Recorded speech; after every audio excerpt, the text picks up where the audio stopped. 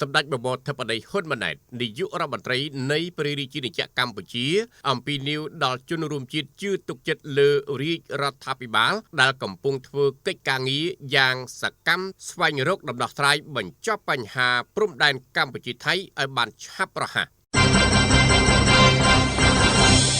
សម្ដេចបបរធិបតីបានសរសេរលើបណ្ដាញទំនាក់ទំនង Facebook ផ្លូវការរបស់សម្ដេចនារសៀលថ្ងៃទី9ខែកញ្ញាឆ្នាំ2025នេះដែលមានខ្លឹមសារទាំងស្រុងថាដោយសារមួយរយៈនេះឃើញមានការជជែកគ្នានៅក្នុងបណ្ដាញសង្គមលើប្រធានបទមួយចំនួនរួមទាំងការចោទនៅសំណួរមួយចំនួនដែលបង្កើតជាភាពស្រពិចស្រពិលរហូតដល់មានបុគ្គលខ្លះយកទៅធ្វើអាជីវកម្មដើម្បីកេងចំណេញនយោបាយផង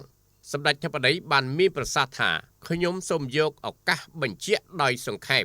1ហេតុអ្វីរាជរដ្ឋាភិបាលស្ងាត់ស្ងៀមម្ល៉េះ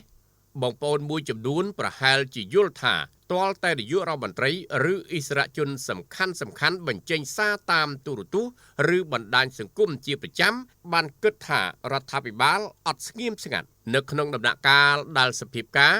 មានការប្រែប្រួលលឿននិងមានភាពមិនច្បាស់លាស់ការធានានៅសន្តិភាពនៃព័ត៌មានគឺសំខាន់ណាស់ដើម្បីកុំឲ្យមានបញ្ហាច្របូកច្របល់ក្នុងអារម្មណ៍របស់ប្រជាពលរដ្ឋក្នុងគោលដៅនេះរាជរដ្ឋាភិបាលបានរៀបចំយន្តការនិងប្រគល់ភារកិច្ចជូនក្រុមអ្នកនាំពាក្យដែលមានអ្នកនាំពាក្យរាជរដ្ឋាភិបាលក្រសួងការពារជាតិនិងក្រសួងការបរទេសធ្វើកិច្ចការផ្សព្វផ្សាយព័ត៌មានជាប្រចាំបន្ថែមលើយន្តការនេះក្រសួងស្ថាប័នពាក់ព័ន្ធដូចជាក្រសួងការបរទេសក្រសួងព័ត៌មានរដ្ឋលេខាធិការដ្ឋានកិច្ចការព្រំដែនគណៈអភិបាលខេត្តពាក់ព័ន្ធក៏មានផ្សព្វផ្សាយនៅវិធានការសំខាន់របស់ខ្លួនឲ្យប្រជាពលរដ្ឋបានជ្រាបជាប់ជាប្រចាំផងដែរ2តើរាជរដ្ឋាភិបាលបានបញ្ជាឲ្យកងទ័ពជួរមុខនៅសមរភូមិដកថយទេក្រៅពីចរចាបទឈប់បាញ់ចម្លើយខ្លីគឺគ្មានទេរាជរដ្ឋាភិបាលមិនមានដាក់បទបញ្ជាឲ្យដកថយកម្លាំងក្រៅពីមានបទឈប់បាញ់នោះទេហើយក្នុងកិច្ចចរចាបទឈប់បាញ់ក៏គ្មានដាក់លក្ខខណ្ឌឲ្យកងទ័ពភីគីណាដកថយពីទីតាំងដែលឈរជើងរបស់ខ្លួននោះដែរទេ3តើការចរចានានាក្នុងពេលកន្លងមកមានភ្ជាប់លក្ខខណ្ឌជាមួយកាត់ដោះដូរដីឬទេចម្លើយខ្លីគឺគ្មានទេការចរចាបទឈប់បាញ់ថ្ងៃ28កក្កដានៅប្រទេសម៉ាឡេស៊ីគឺនិយាយពីបទឈប់បាញ់គ្នាតែប៉ុណ្ណោះការចរចាទ្វេភាគីកន្លងមកដែលរាប់ទាំង GBC រវាងរដ្ឋមន្ត្រីក្រសួងការពារជាតិនិងកិច្ចប្រជុំថ្នាក់តំបន់រវាងយុទ្ធភូមិភាគ RBC ក៏មិនមាននិយាយពីការកំណត់ព្រំដែននោះដែររាល់លទ្ធផលនៃកិច្ចប្រជុំរាប់ទាំងប្រជុំពិសេសថ្ងៃទី28កក្កដាប្រជុំវិសាមញ្ញ GBC និង RBC សុទ្ធតែបង្ហាញជាសាធារណៈទាំងអស់គ្មានការលាក់បាំងទេហើយក៏គ្មានការចរចាសម្ងាត់ណាផ្សេងក្រៅពីកិច្ចប្រជុំទាំងនោះដែរចំពោះកិច្ចការចរចាព្រំដែនកម្ពុជានៅតែប្រកាន់យកជំហរនៃការដោះស្រាយបញ្ហាព្រំដែនដោយសន្តិវិធីតាមរយៈការប្រើប្រាស់យន្តការព្រំដែនដែលមានស្រាប់គឺគណៈកម្មការចម្រុះព្រំដែនកម្ពុជាថៃ JBC ដោយផ្អែកលើមូលដ្ឋាននៃកិច្ចព្រមព្រៀងរវាងកម្ពុជានិងថៃដែលមានជាធរមានសន្ធិសញ្ញាពាក់ព័ន្ធនឹងច្បាប់អន្តរជាតិ4តើរដ្ឋាភិបាលក្រសួងការពារជាតិអត់មានជួយអ្វីដល់កងទ័ពជួរមុខទេបានជាឃើញតែសប្បុរសជនជួយចម្លើយខ្លីគឺរាជរដ្ឋាភិបាលមិនដែលបោះបង់ការទទួលខុសត្រូវរបស់ខ្លួនចំពោះបងប្អូនវីរៈកងទ័ពវីរៈនគរបាលជាតិនិងប្រជាពលរដ្ឋដែលរស់នៅក្នុងតំបន់ប៉ះពាល់ដោយសារការប្រយុទ្ធគ្នាឬមានការបំពានផ្សេងនោះទេ